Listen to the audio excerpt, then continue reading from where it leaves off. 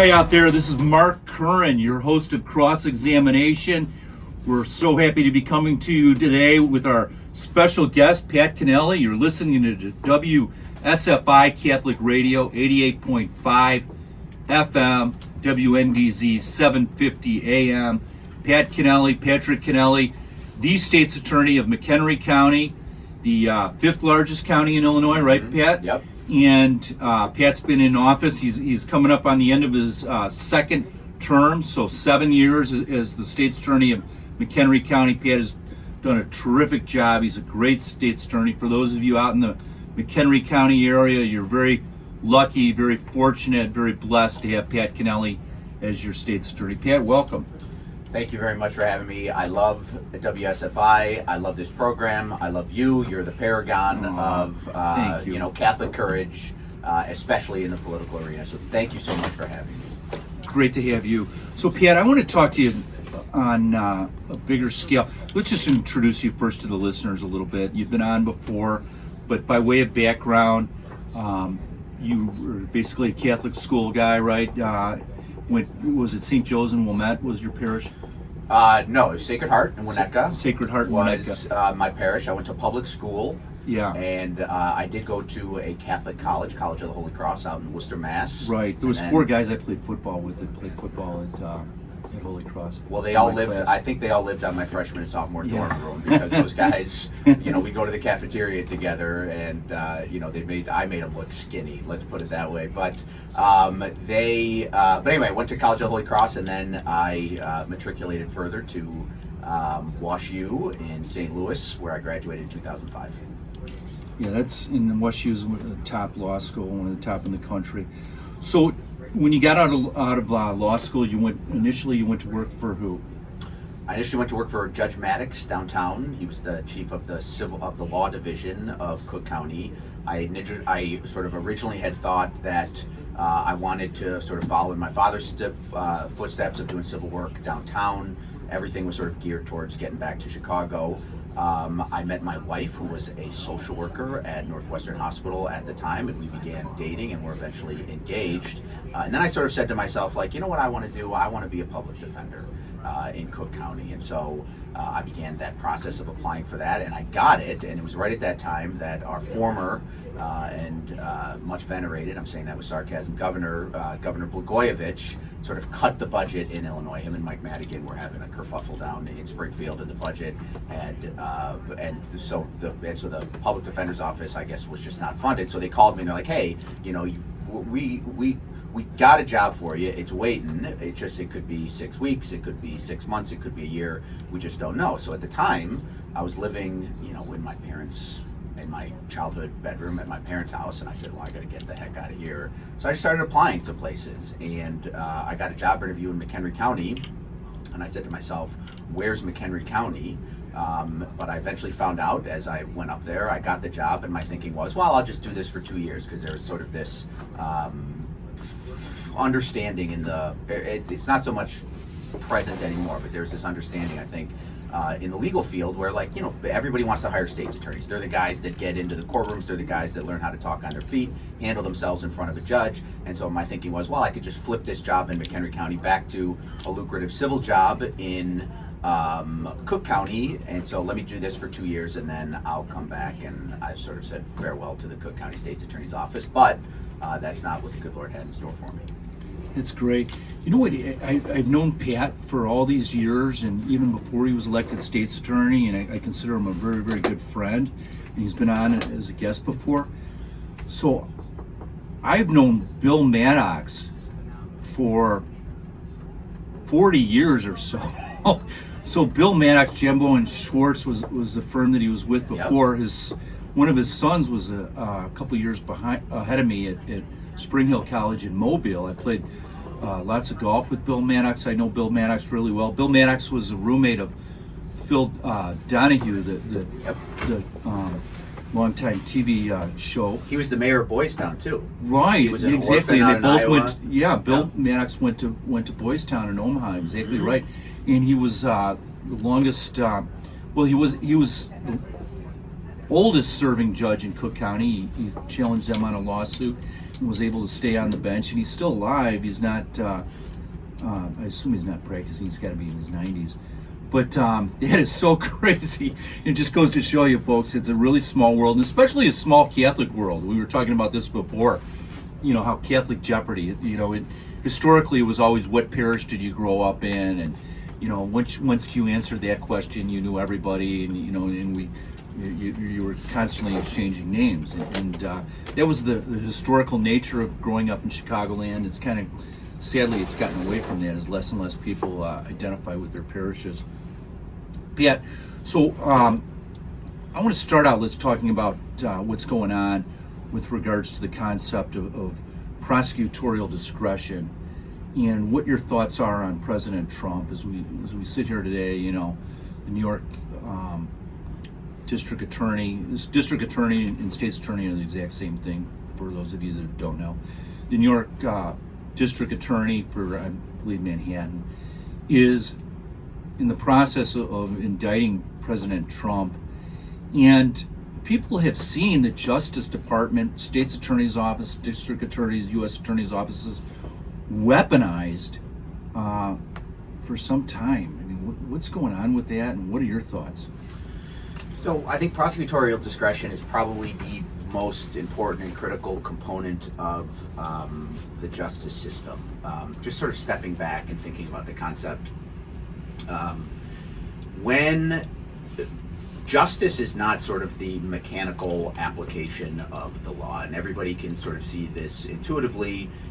For example, if there was a woman who went to the grocery store and she was impoverished and was doing her best in good faith to try to provide for her children, but just simply didn't have the money and stole bread or stole food, if somebody like me came in and said, well, this is specifically the crime that you committed, and these are the penalties, and we're going to mete out the penalties irrespective of the circumstances or the conditions, then that's not necessarily justice. So justice is a fine-grained process, and every case has to be handled on its own merits, and the context is so important, and no computer can do that, no law book can do that, no law treatise can do that. Rather, it actually takes a human person of goodwill to actually apply prosecutorial discretion in the right way. So prosecutorial discretion in many instances means having empathy and having sympathy and actually trying to work through the criminal process for the betterment of the person who is the subject of the prosecution, whether that person is suffering from substance abuse, whether that person is suffering from lack of opportunities, impoverishment, whatever the case may be.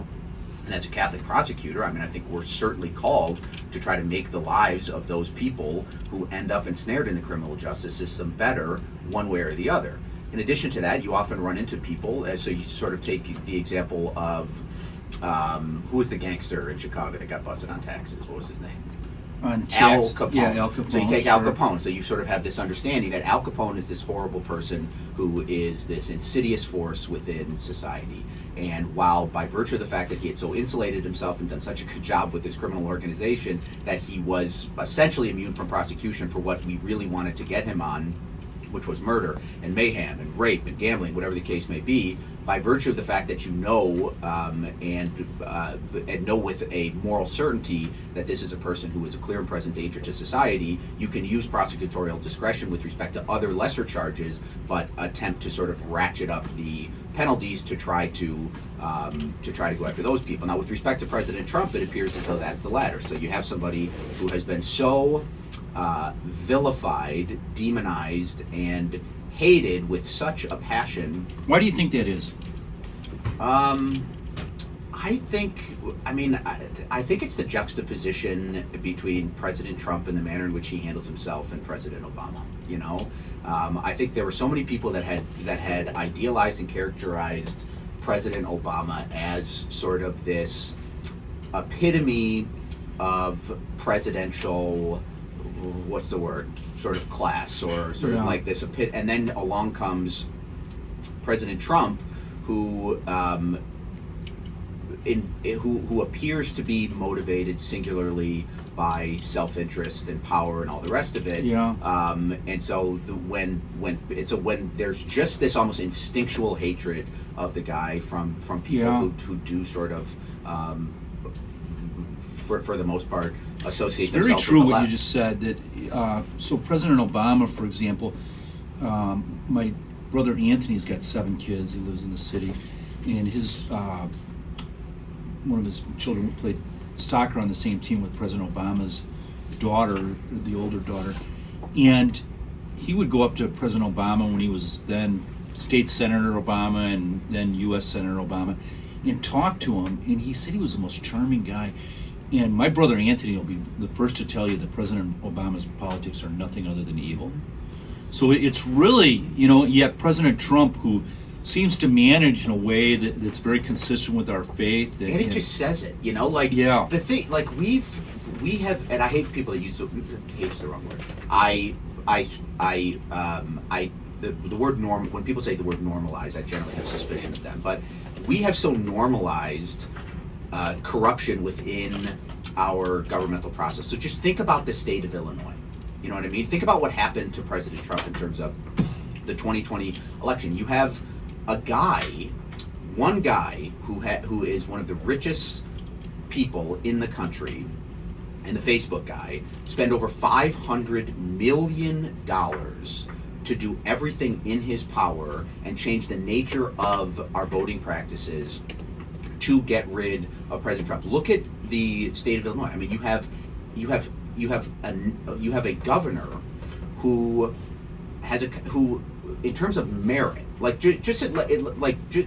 think about the idealized way that you want people to be our leaders. Number one, you don't want somebody that wants to be a leader to be your leader. But number two, you want them to sort of have arisen from a place based on their own merit and demonstrated that they are a person who's capable of climbing the hierarchical structures of whatever's put in front of them, whether it's business, whether it's government, whether it's otherwise.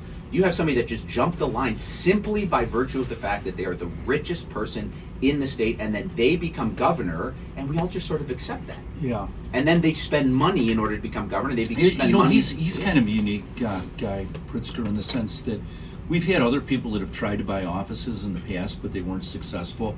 I would submit to you that I think that, and once again, his politics, from my perspective, are basically evil.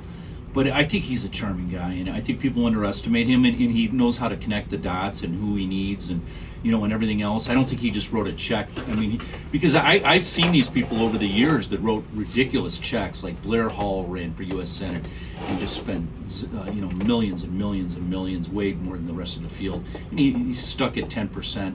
So I think that there's something about Pritzker's not a dummy, is what I would say. No, I don't think Pritzker's a dummy, but he's also mad, isn't he? Yeah. He doesn't strike me as the most charming person. Every time he speaks, it just sort of strikes me as somebody who's so well handled and so well sort of groomed, and everything is off of some He's a divider. He's a divider. Exactly. He's with the left. And he with regard to people buying offices, I don't think we've ever seen the amount of money that Governor Pritzker spent. I mean, we're talking about hundreds of millions of dollars.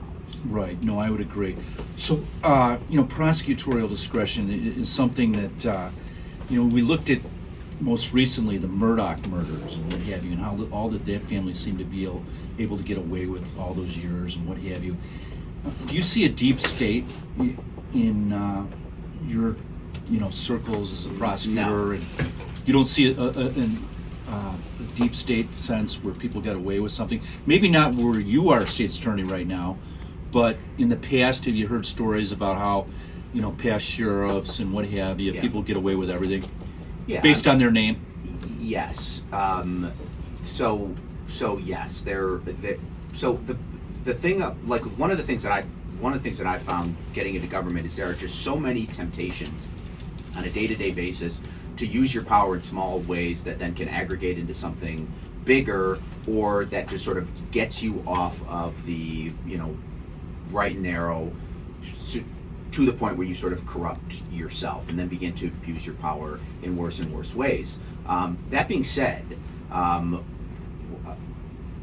the fact that we have the criminal justice system, which is essentially local authority, I think is far and away the best way to handle these types of situations, because the criminal justice system has a monopoly on force, right? We're the only ones who can sort of legally use force in society, and so you want to decentralize that as much as possible so that it's closest to the hands of the voters. And in order to get power closest to the hands of voters, you have to localize it. And so if I am abusing my authority, the people who are going to know about that first, and the people who are going to be in a position to do something about that, are going to be people in McHenry County. I love what you just said, and you know, I want to get to that in a minute and talk about the FBI and prosecution on a federal level, but an investigation on a federal level. But first I want to talk to you about something that has always interested me from a Catholic perspective, and that is, you're now the head of this office, a very big office, very big county, and you hire people. And I'm going to take you back through my experience as a prosecutor, and I was a prosecutor for 13 years. And when I had offers from both the Cook County and the Lake County State's Attorney's Office, and I decided to go to Lake County because I thought it would be a quicker path to trying really important cases like murders and what have you, and it wound up being. But when I was down there in Cook County, they used to have a contest. What was the worst thing that you could call the defendant in a closing argument and get away with? And you'd hear, you know, all these animal names that somebody so-and-so said, called the defendant by, and the judge would, you know, merely scold them or what have you. And years later, all their cases started getting reversed.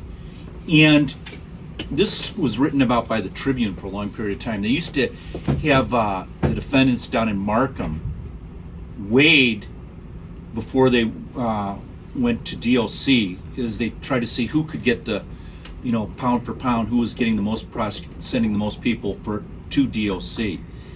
And you know, you have all kinds of stories like this, and it truly was, when I was at 26 and Cal back in the 80s, it was, you know, 97% white prosecutors. There were, you know, a lot of women, you know, but no minorities. And when I interviewed with the Cook County State's Attorney's Office, they clearly wanted a certain mindset. And I remember a good friend of mine who worked there for a long time, and a long-time first assistant, he used to talk about how they were walking out of the courtroom one time, and he held the door for the public defenders. And the first assistant went nuts on him. Why would you hold the door for them? And so I'm getting into the mindset. And one of the questions that you had to answer right when I was interviewed by 26 in California, Cook County State's Attorney's Office, for a job was, you had to answer that you were in favor of the death penalty. Otherwise, you were immediately bonged. So, you know, tell me about it. What are you looking for? And I'll tell you what this has led to, folks that are out there. I've seen just some horrible people that wound up being state's attorneys, assistant state's attorneys over the years, that could care less. I remember doing a big gang trial where it was Latin lovers, and the Latin king was shooting at each other, and people got killed, and we went to trial. And the assistant that I tried the case with was one of the most racist guys, and he had bean trial written all over his files. And I'm thinking to myself, you know, the jury sees that. We're going to be in trouble. I mean, these guys did it, but, you know, how about toning it down a little bit? So I'm interested in your thoughts on what are you looking for in terms of a potential assistant state's attorney that is going to be moral in the way that they handle that power. I mean, you can't divorce the system from the people. Like, you can't devise a system of government or a prosecutorial office or a criminal justice system that can function if you don't have decent people who are working within it. One of my critiques about many of sort of the quote-unquote reformers of the criminal justice system is that they just ignore the fact that over the last 50 years, in addition to bad actors, there's also been a number of wonderful people of goodwill who have devoted their lives to the criminal justice system, its reformation, and its betterment. I consider myself as somebody who aspires to be one of those people, and who have done everything that they can within the criminal justice system to try to balance all the competing interests that the criminal justice system has to sort of take on, and to do that and mete out justice in a fair, impartial, and equitable way. So when it comes to the state's attorney's office, yeah, I mean, the the moral makeup of an assistant state's attorney is probably far and away the most important attribute that I'm looking for as a state's attorney. So what I consider my job as doing, and what my successor told me the first day I worked at, I thought he was going to give me like a big book of regulations and guides and how to be a state's attorney. But he sat me down, he looked me in the eyes, he said, you know what your job is as state's attorney? Your job, one and only thing, always do the right thing. And that was it. That was the only thing that he told me, because you have to be guided by your moral compass. You have to be guided by your conscience when you're seeking justice, because ultimately, if you're ordered correct as a human being, if you're ordered towards the other, you're going to be able to mete out justice in the appropriate way. So when I'm looking at when I'm talking to state's attorney, I said, look, you have the opportunity to have the best job any lawyer can conceivably and possibly have, because all that you have to do is get up every single morning and do the right thing. The only thing that you have to do is try to right the wrongs that have occurred in this county, and to try to make the lives of those around you better, and that includes everybody involved in the criminal justice system, from the victims all the way to the defendant. So our job is to be a lawyer and to be tough and to carry a big stick and to use it every once in a while, but on the other hand, our job is to be a social worker. Yeah, it's really weird how society's gotten flipped upside down, and that there is no evil anymore. There's no bad guys. I was watching that murder of the police officer get dragged into court.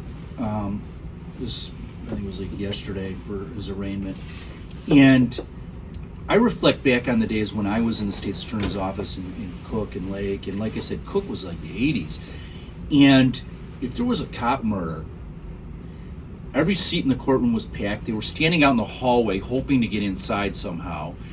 And the state's attorney, as he walked through the crowd, what have you, he had to feel like, a football player running out of the tunnel as the crowd was going nuts. I mean, it just had to be such a high that you are on the side of what's right, and you are at the epicenter of what's important.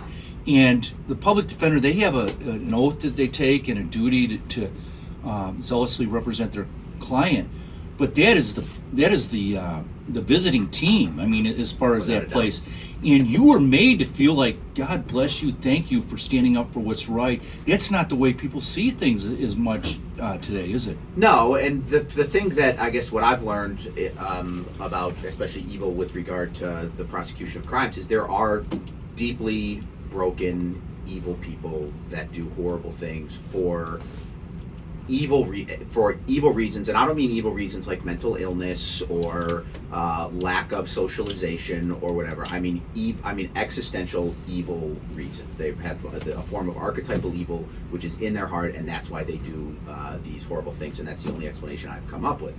But that's such a small percentage of the cases, and 99% of the time, the evil that exists in the heart of a quote unquote criminal is selfishness and laziness. Yeah. And it is just like the most humdrum form of human imperfection that you see. And it's not as though these people are that you can just sort of cast them into prison. There's certainly hope with all of them, but they need a significant maturation process. And a lot of times, the criminal justice system, when we get our hands on people for a year or 18 months, is just not enough time to change their heart. Right. And so you're listening to WSFI Catholic Radio 88.5 FM, WNDZ 750 AM. Our guest is Patrick Kenneally, the longtime McHenry County State's Attorney.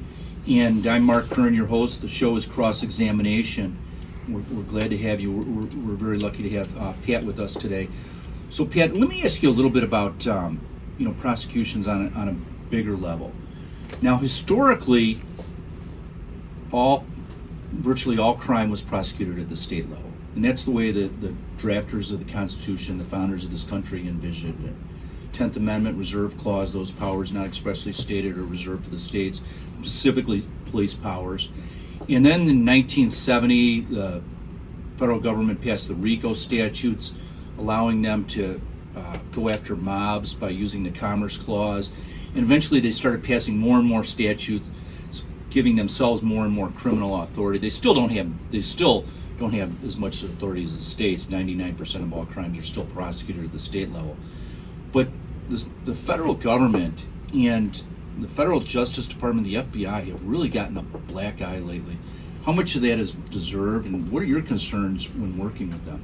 Well, I as a Catholic, I was shocked and astonished at the recent memo with regard to what appears to be them targeting pro-life groups, etc. I think there was in the FBI a radicalization of the FBI in response to Donald Trump. I think that there were fears of many on the left side of the political aisle that Donald Trump was going to attempt some sort of insurrection, and that sort of began when he I think in a press conference there said, well, like, if you lose, will you peacefully transfer power? And he said, we'll see, or something like that. And so I think there was a lot of people within the FBI as well as other forms of government that took that kind of thing seriously, and so they began, based on, I think, probably their own sense of patriotism, also guided by partisan politics, which seems to have infected everything right down to how people act and think.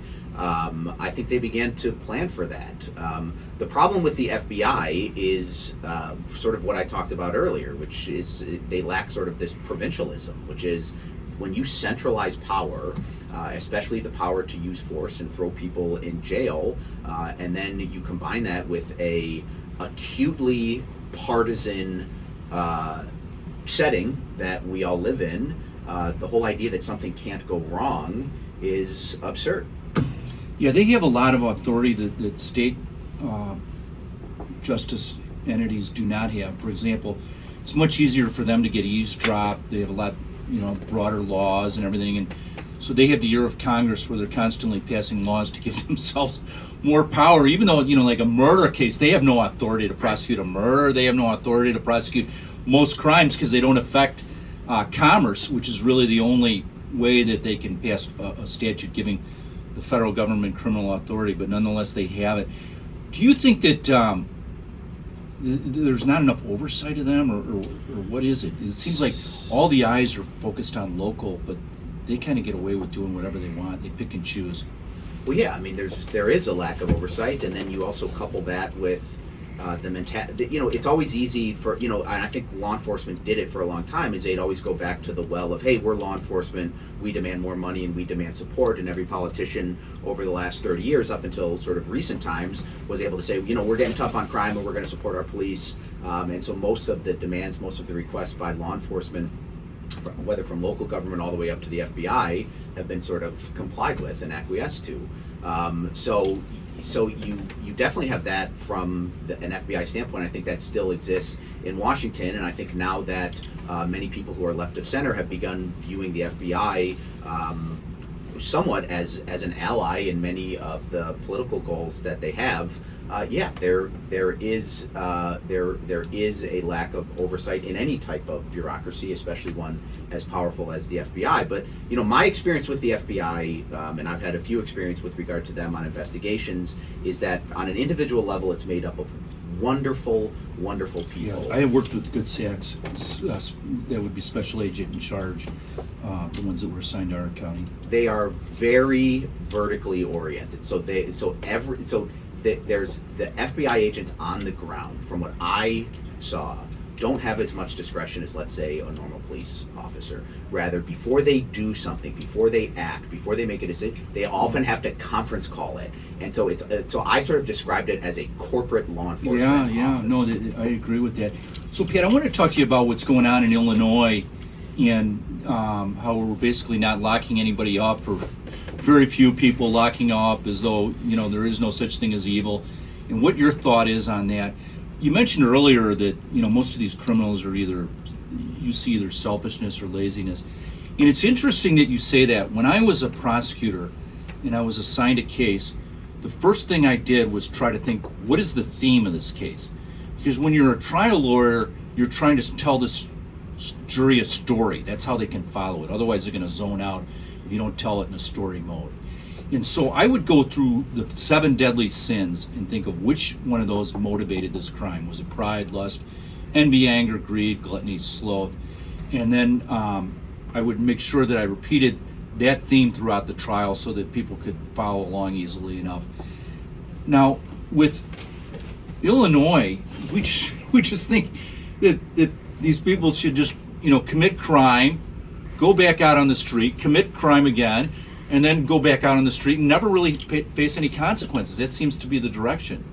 Yeah, it's a disordered form of thinking, and it kind of stems from this new age philosophy where it's ultimately it's the criminal justice system, which is either systemically problematic, systemically racist, systemically unfair, and so the fruits of the criminal justice system or the outputs of the criminal justice system are also inherently flawed, inherently or systemically racist. So if you're a critical theorist, or if you're, let's say, Kim Fox, what you would say is something to the effect of this: is that, look, the criminal justice system is not what you think it is. It's not here to sort of serve and protect you or to reach just decisions and punish people accordingly. Rather, the criminal justice system is the working arm of a hierarchical society that's attempting to maintain social structures. And so the criminal justice system necessarily is geared towards oppressing and marginalizing people in poor communities, people of certain ethnicities or races, etc., because the whole idea is that you want to maintain the status quo. So when people of certain races, people of certain ethnicities, people in certain neighborhoods are then picked up and brought into the criminal justice system and punished in prison or whatever the case may be, their necessary responses, of course, you see it's not necessarily what this person did. Rather, the only thing that the criminal justice system is trying to do is trying to help those people sort of maintain power. So, of course, if that's your view, then anything the criminal justice system is going to do is going to be corrupt, and you're going to try to limit the use of the criminal justice system as much as you can. And so that's essentially what's been happening. And then when you sort of add on all of this horrible thinking about these horrible effects of the drug war, quote unquote, then when you're talking about drug offenses, when you're talking about property crime offenses, again, you're going to sympathize not necessarily with the business owner who had their stuff taken, not necessarily with the brother or mother who lost their son to a drug overdose, but with the person, of course, who is being sort of quote unquote persecuted by the criminal justice system. And that's a major problem, and that's a thinking flaw. And the problem with it is that it's just simply not true. So you're listening to WSFI Catholic Radio 88.5 FM, WNDZ 750 AM. The show is Cross-Examination. Mark Curran, I'm your host, and our guest is the McHenry County States Attorney Pat Kenneally, and we're having a great show. I hope you've been enjoying it out there. So, Pat, I want to ask you a little bit about another area that you practice in, and that is you were involved in the environmental aspect of being a lawyer. Can you tell us a little bit about that? Yeah, so I guess I could just give a little background just on sort of my faith process, but probably like the first spiritual experiences I ever had was just up at Lake Geneva with my family, and you'd be out, we'd get a boat and we'd go out on the lake, and it would be dusk and the shadows would sort of be extending, and you just have this sort of overwhelming feeling of being very small and unimportant, but also sort of connected to everything else. And for me, for a long time, those were sort of the things that I guess quenched my spiritual thirst, and those were kind of the experiences that I would attempt to pursue. So I enjoyed to hike, and I enjoyed to go fishing, and I enjoyed to get out into nature and go out west with my friends, and do those types of things. And as a consequence of that, I mean, I guess if you also kind of, and then so you put that aside, and that's something that for whatever reason in the back of my mind I consider to be just very, very important. But then on the other side, just sort of having grown up with a family that had high expectations for me, there was this aspect of, you sort of have to be a careerist, and you have to succeed, and you have to do well, and your career is very important, and you have to work hard. And so I always I guess I was doing it subconsciously more so than anything, but I was also just sort of trying to meld those two things together. And so what I ultimately did was, so long story short, is I ultimately said, I'm working as a lawyer, I'm working as a prosecutor, that's meaningful work. Let me go and let me see if I can convert this into like an environmental law thing. So I got an LLM, which is a master's degree in environmental law. So just, I want to ask a little question with regards to that, and that is, I grew up kind of on the North Shore as well. Did the movie Ordinary People years ago, just the pressure, I mean, you're expected to like do this, that, and the other. I mean, Yeah. I was, I think my dad. I try to not do that with my kids. I try to convey to them that I want them to go to heaven. They can be whatever they want, a garbage man. I mean, the sanitation workers are awesome people, and that's a really important job. I didn't mean to isolate that, No. but do whatever you want. You know what I mean? And just follow Christ. That's what's most important, right? Yeah, that's not how I was raised. Yeah, myself either. So let's stretch the imagination. Right. So you wound up being a lawyer for an environmental agency, right? Natural Resources Defense Council. Yeah, and you probably know as much about what the church teaches on the environment, and could probably articulate it better than just about anybody, being a Catholic and being somebody that has not totally, said, oh, the church is wrong on that issue. So could you help us understand what does the church teach? I know that the Pope wrote he wrote a book, not an encyclical, on the issue. That's Pope Francis. And we hear it all the time in different churches, about the Catholic response to the environment. And a lot of times when that's an intention, you see a bunch of people, saying good grief. And so tell us, what is it about the environment? As Catholics, what are we supposed to believe, and help us understand that?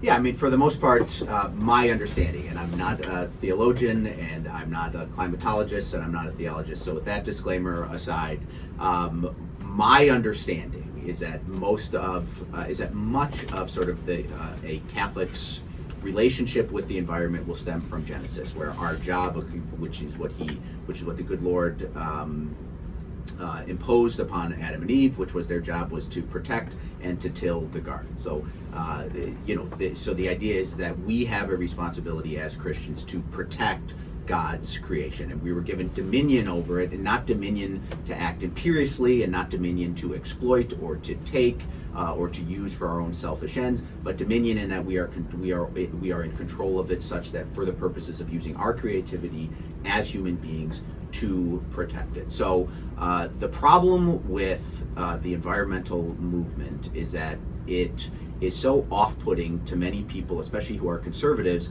whose first job as conservatives is to quote-unquote conserve. I mean, that's ultimately, I think, what we're saying, what I'm saying as a conservative politically. And of course, as a Catholic, you have to have an uneasy relationship with both political parties. I align myself.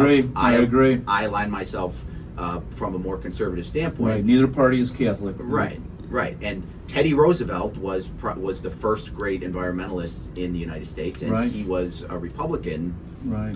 But the whole idea is we have to stand for what is and what's sort of been given to us. And so everybody reads the Pope's encyclical to see if the Pope agrees with them. Yeah. Nobody reads the Pope's encyclical to see if they maybe can learn something or change their heart or change their I think mind. the part of the problem is that the Holy Father, the one that we have now, he says things oftentimes that are not consistent with the teachings of the Catechism and the historical teachings of the Church. And he may or may not say things, but it's reported that way at least. And we know what the Catechism says, and we know what he's saying is not right. So that becomes a problem. So immediately, I think whatever he says is discounted. I think by some. I think so too, and right. And I think there's a certain faction in the Catholic faith that discounts it. I do my very best not to. But what I would say is that if you look at the Pope's encyclical Laudato Si, and I don't speak Italian, so if I'm mispronouncing that, forgive me. But the footnote of the person who's quoted most is John Paul II. Okay, and so he spends the first chapter of the encyclical talking about sort of many of the things that are wrong with our environment that are a result of sort of human sin and human frailty. And he talks about climate change, but he really doesn't dwell on climate change. So I think that's the big one, is the climate change. I think that's the one that where people, there's definitely a divide. What is it? Is climate change, I mean, what are your thoughts on it? I don't know. I mean, like I said, I'm not a climatologist, but I don't think that we can just discount many of the findings of legitimate scientists. And the problem is that there's such a co-opting and corruption of a lot of the science, where many of these other ideas which aren't human focused. I mean, one of the problems with the environmental movement is that it it seems to sort of have a lowly view of the human person, like they're sort of saying like we need less people. Right, exactly. And when you take that philosophy on, I mean, that's a really dangerous philosophy to sort of elevate, let's say, climate, or to elevate some inanimate object, which is of course important because it is part of God's creation, but to elevate that over the importance of a human being, I think is a really dangerous thing to be doing, and can lead to a lot of problems, both in terms of thinking, but also in terms of consequences, especially with policy. From what I understand about the climate is the problem is not that. So many people will say like, hey, look, if you go back 2 million years, the climate was 4 degrees warmer Celsius, whatever the case may be. The problem is not so much that the planet is warming or that it's cooling. The problem is the rate at which the planet is warming, which is not going to give cultures, species, ecological systems the necessary time that they would otherwise have over a longer period of warming or cooling, the time to adapt, which can of course have problems. I mean, what I would say is that, for those of you that are out there listening and you think that it's only AOC that's, talking about these things, my middle son graduated Marquette a few years ago. And he's telling me, how can you tell me that the planet's going to be around in 40 years, blah, blah, blah. And I'm like, you got to be kidding me. And he learned that at Marquette. And so the Catholic schools all across the country, have these people that are, pulling the alarm bells. And I'll give you my thoughts on it, and then you tell me if I'm wrong. I think that that there is an idolatry that goes on with the planet Earth, first of all. There's only one creature that was created likeness and image of Jesus Christ, of God, and that is us, human beings. It's not animals. I love my dogs, but it's not animals. And the worship of anything other than our Lord, the three persons of the Trinity, is idolatry, and that's what's going on, first of all. Second of all, there's been changes in the planet throughout history, cyclical changes, and what's going on now. I mean, I don't know, it's another cyclical change, and I don't see this climate change is a real thing. I really don't. But I don't pretend to understand it well enough. I just think that the people that are proponents of it many times have yet to make an argument to convince me that it's real. And go ahead. No, I was just going to say, I think you're right in the sense that much of the pushback to the idea of climate change is a result of the outsized and hysterical statements of many people who are making them, especially when you hear things like the world is going to end in 40 years, or the human population is too big where it can't be supported. And so there is so much anxiety in the minds of many of these people who tout climate change as their first and foremost issue, that a lot of times you react against it. You know what I mean? Right. And so you end up saying things exactly. like, you know what, I don't know a ton. I think what you're saying is, I know BS when I hear it. So I don't know. I'm not reading the international reports on all the climate stuff, and I haven't been following all of the weather patterns and all the rest of it. But I know what you're saying isn't necessarily true, and I know that I don't agree with that. And so therefore, it's sort of this binary. And I guess my point would be is that what does the devil do? He always gives you two false choices when there's another third option, which is available. And I think Pope Francis, to his credit, has sort of is what he's, and the problem is that he sort of put his imprimatur on the climate change debate going on, is saying there is climate change, and so I think that has undermined his position with a lot of Catholics as well. But that's really not what he's saying. What he's talking about is sort of the ecology of the human being and how we're all connected. And I can give you just a real quick example. Sure. So you never learn about the amount of waste that you produce as a human being until you have children. Okay? So I have 4 kids, and just the amount of nonsense and frivolous items that they acquire, use for 5 minutes, and then throw away is absurd. And that's what he's talking about, is this sort of idea of throwaway culture. But if you actually take the time to look at the little whatever it is that your kid has whatever little plastic trinket it actually is. There is another human being that in China or in Vietnam or Cambodia or India or Europe or wherever the case may be that actually had this and made it. Like, this was their output at some point during the day, and we're taking it and we're just sort of, and my kid is taking it, and as kids do without thinking, they use it, they don't like it, they throw it away.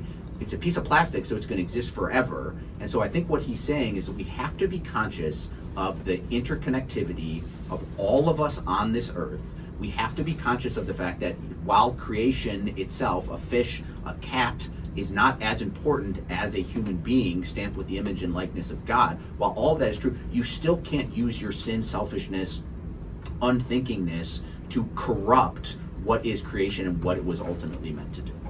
So I agree with all of that. You know, Pat, I think that highlights something that when we were talking earlier about who do you pick as prosecutors, who does Pat Kenneally as the head state's attorney choose to hire? And you went through some of the criteria you're looking for. And we're living in a world where it's always popular to say, let's reform the police, let's reform the justice system. We're constantly, quote unquote, reforming. And the reality is, we pushed it too far in many, many instances. And the reality is, human nature is sinful. And the more you have sinners in police departments, or we're all sinners, but the more you have people that a sinful culture, the more likely you're going to be corrupt. And that is not, and you don't reform that because they'll find a way around it. And you and I talked a little bit about with regards to corporations before we got on the air, and I agreed with you 100% that the general nature of an American corporation today is sinful. And you go back to, my dad was a labor lawyer, and corporations shared their profits much more than they do today with the worker. When my dad was a labor lawyer, 50% of America families had a labor union member inside the house. And they only exist in public sector right now, and we know that unions have pushed it too far. But nonetheless, it was a different mindset. The corporation was going to take care of its people, and it did take care of its people much more so than it does today. And you and I said this, and this is where I think you're right, that sometimes the right versus the left, it's not that. And it's the same thing with being Catholic. It's not, it's not Republican, Democrat.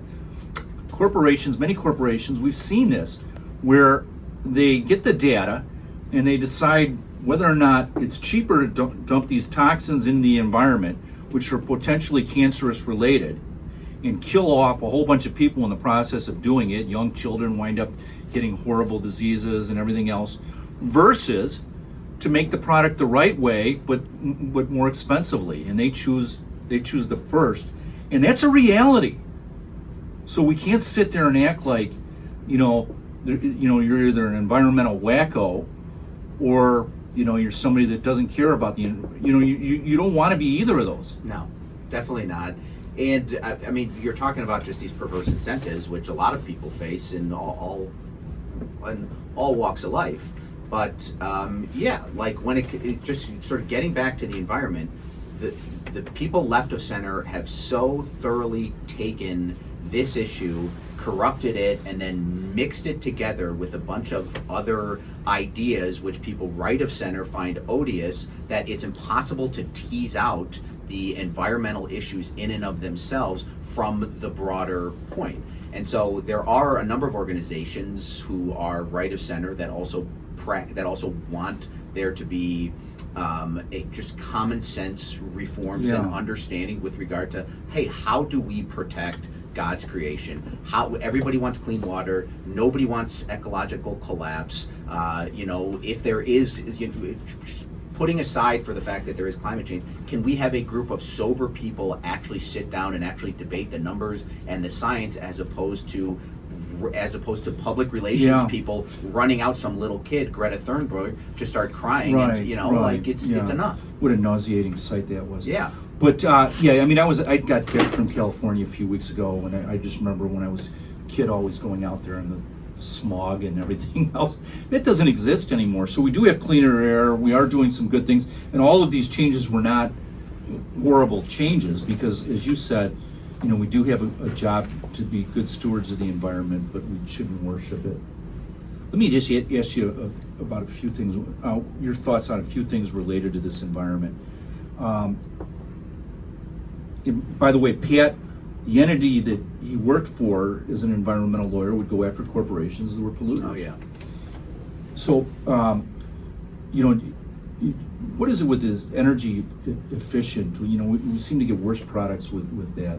So energy efficiency is actually, like, if you're talking about energy and you're talking about the cheapest form of energy, so this is what I did at the Natural Resources Defense Council, is we would essentially sue utility companies so that they would create more energy efficiency offerings for all of their consumers. And utility companies are tough. They are half government, half private, and because of that, they enjoy all kinds of benefits and basically have to do what they want to do when they want to do. But that's neither here nor there. But but if you look at energy efficiency, that is the cheapest form of energy. So if you say, okay, if we're going to use, let's say, a coal power plant, how many kilowatt hours can we get from a coal plant in terms of energy? It costs this amount, and then you say, okay, let's do a natural gas plant. How much energy can we get from a natural gas plant, and how much money does it cost? And then you compare that with, well, let's just create a product and get it out there, or let's do something with regard to the grid that's going to save energy. It's significantly less than all the other forms of producing energy, whether it be wind, natural gas, coal, nuclear, or whatever. And so you're right. When you have bad products, and when people aren't taking as much pride in what they're actually producing, and we're spitting out all of these products which are using so much more energy than they otherwise would, that not only is bad for the environment, but it's also more expensive from a sort of energy grid standpoint. So let me ask you this: should we be preaching to not have, not be fruitful and multiply, as it's said in the Bible and as the Catholic Church has historically taught? I don't think so, and I think most of the predictions with regard to us running out of food have ended up on the dust heap of history a long time ago. But of course not. I mean, I have 4 kids. I think that right now what you're now starting to see is that, especially in countries like the United States, as well as many European countries and even China, is that the real coming crisis is ultimately the fact that we are not being fruitful and multiplying, and that we do not have enough people to replace those who are moving out. And that's fundamentally what your kids are, is the replacements for you. That's Exactly. So should we be paying farmers to not grow crops? No, I mean, come on, that's absurd. But we do it. And should we be, proponent of these new Green New Deal legislation that's before Congress? No, because I think, like, I'm just a big believer in local government. I love local government, and I'm a huge believer in local government. The more you begin to centralize things, such as grids, such as criminal justice systems, such as social reform programs, the worse these things become. And so when you say that, hey, we're going to turn over to the federal government our entire energy grid, so that some bureaucrat in Washington or a group of bureaucrats in Washington can, at their whim, sort of make determinations about things that affect me on a daily basis, especially when I'm going to turn a light switch on or turn the heat on in the winter. I mean, that is not good policy, and it creates more problems than it solves. Should we be drilling for oil? Yeah, I mean, look, fossil fuel. I mean, ask somebody in a third world country what they think of fossil fuels. I mean, if the miracle that is, you walk into a room, any room in this country, I mean, and you don't accept this as the miracle for what it is, and the light switch actually work, is a result of fossil fuels. So the whole idea is that it all stems from a balance, in that there in terms of the human misery that we've prevented, in terms of people being cold and people starving and having enough food by using fossil fuel. Of course, there's a trade-off, okay, and there's always going to be a trade-off with using something, but you just have to be thoughtful about the balance. And I think, again, going back to the encyclical, I think that's what Pope Francis is saying, is that before you just throw something away or before you use something, let's be thoughtful about it. Let's recognize the trade-offs, and to the extent that we can, minimize, any of the side effects and downsides. Why don't we hear from the media that this Russia expansion with the Ukraine and beyond potentially is funded by gas and oil because we don't drill for it? I don't know. I don't know the answer to that question. I mean, I think the media, it seemed as though a few years ago when we had energy independence that had a stabilizing effect not only on prices but also our reliance on other countries who are odious. So if we are not going to produce it ourselves, we're going to be reliant on theocracies, and we're going to be reliant on tyrannical governments to fill the breach, and from a moral standpoint that seems problematic, but also from an energy policy standpoint that seems problematic. Exactly. So should we be building electric cars? Should we be moving in that direction? I think so. I mean, there is a downside to fossil fuels, and I believe it. Again, I think if you cut away, if you take climate science and you cut it away, there are downsides and there will be negative effects and human suffering caused by climate change. That's what I think based on my respectful and modest review. Aren't electric cars potentially more injurious to the environment than gas-driven? Are you talking about the mining aspects of it? And yeah, I mean, I know that's been widely reported on. And again, it's not just a question of environmental damage with some of these mines. It's also a question of how you're treating many of the people who are, the ones who have to risk their life, limb, and safety to acquire these things.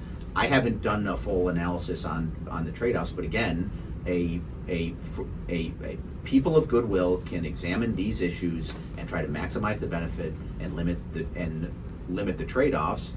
I just don't know that as a society or as a culture we're very good at doing that or solving the problems which are before us. Yeah. So in terms of race, we've often seen the tag race hustler, because all the people that make all the money off of quote unquote racism, the Farrakhan's, the Jesse Jacksons, and others. We have global warming or climate change hustlers, it seems, and they're driving around in Lear jets and what have you. What should we be giving them an audience? Well, no. I mean, I think one of the critiques of, let's say, the jet-setting climate alarmists is that, cake for me, but not for thee. You know what I mean? So right. I'm going to have as many kids as I want to have, and I'm going to live in a mansion, and my carbon footprint is going to be 10 times yours, but don't worry, I'm this philosopher king who is, with my powerful intellect, is steering the world from a policy standpoint into a better place. Of course, that kind of thing is it's not only hypocritical, and it's just horrible optics, and I don't know why they continue to do those kinds of things. Yeah. You're listening to Pat Kenneally, the States Attorney of McHenry County, on WSFI Catholic Radio, WNDZ 88.5 FM and 750 AM. I'm Mark Curran, your host. This show is Cross-Examination. Pat, I'd like to, we're winding down. I'd like to close it out with maybe some of your thoughts on where do we go as a country, as Catholics. What needs to be done in order to save America? And if you have any questions for me, feel free to fire away as well. We'll wrap it up with that. Man, I mean, I don't have the answer to that. I guess in my I sort of came back to the faith in my early 30s, and I'm 44 now. And if it was not for the Catholic Church, I would not have my wife, I would not have my 4 beautiful children, I would not have the relationships that I have, not only with the community in which I live, but the family in which God blessed me with.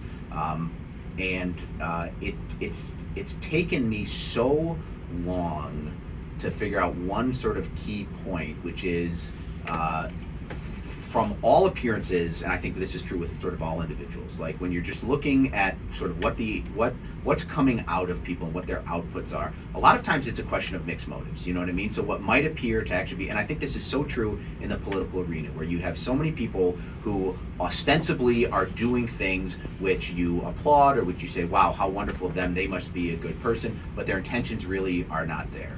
For me, what ultimately for me on a day-to-day basis, what I have to align are my intentions with my actions, and I have to make sure that my intentions are pure and that my intentions are good, and from that will come I think prudent and hopefully good and helpful actions for fellow man. And I really do think that there's no policy, there's no government, there's no there's no pamphlet that can be circulated. There's no political ideology that's ultimately going to save a country. Rather, it starts with the human heart, and it starts with changing human hearts. And if we have enough men and women of goodwill in this country who are wise and who are prudent in their judgments, then and only then are we going to have a functioning country. So are our best days behind us? Maybe for a generation or so. Yeah, I agree. I think that our best days are behind us at this moment in time, that we're going to face a lot of suffering. And I got to tell you something. I think that one of the reasons that I'm encouraged is when a Pat Kenneally has 4 children. And what I'm encouraged by is when a Pat Kenneally is the state's attorney of the 5th largest county in America. Because Pat Kenneally brings a moral, a decent, a good perspective to that. And I think we've seen, with regards to not just the White House, but with regards to all around America, where when those offices wind up in the wrong hands, anybody could be victim. And we saw it with Pat's predecessor, Lou Bianchi, who was a good Catholic man, and he was indicted as the sitting state's attorney by forces that were out to bring him down. And I think that the potential for that in the future, if we don't have Pat Kenneally's holding those offices, it's a really frightful perspective. There's a part of me, I'm going to be 60, it says, bring it on. I'll spend the last X number of years in jail or prison. You know what I mean? I need to be purified anyways, and I can pray more, and God will lift up my family as a result, like he did to my patron, St. Thomas More.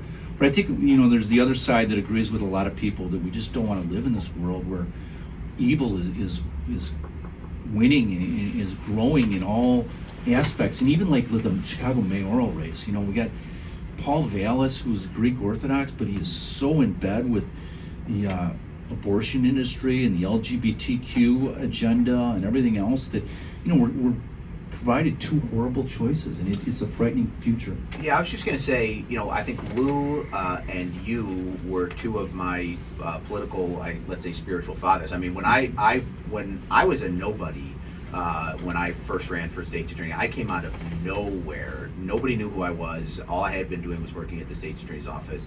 And so when you are sort of working in political circles, you meet a lot of people who are looking at you and they're sort of computing in their head, like, who is this human biped and how can they help me? You know what I mean? Right. And if it appears as though they are not able to help you, then they just sort of brush you aside.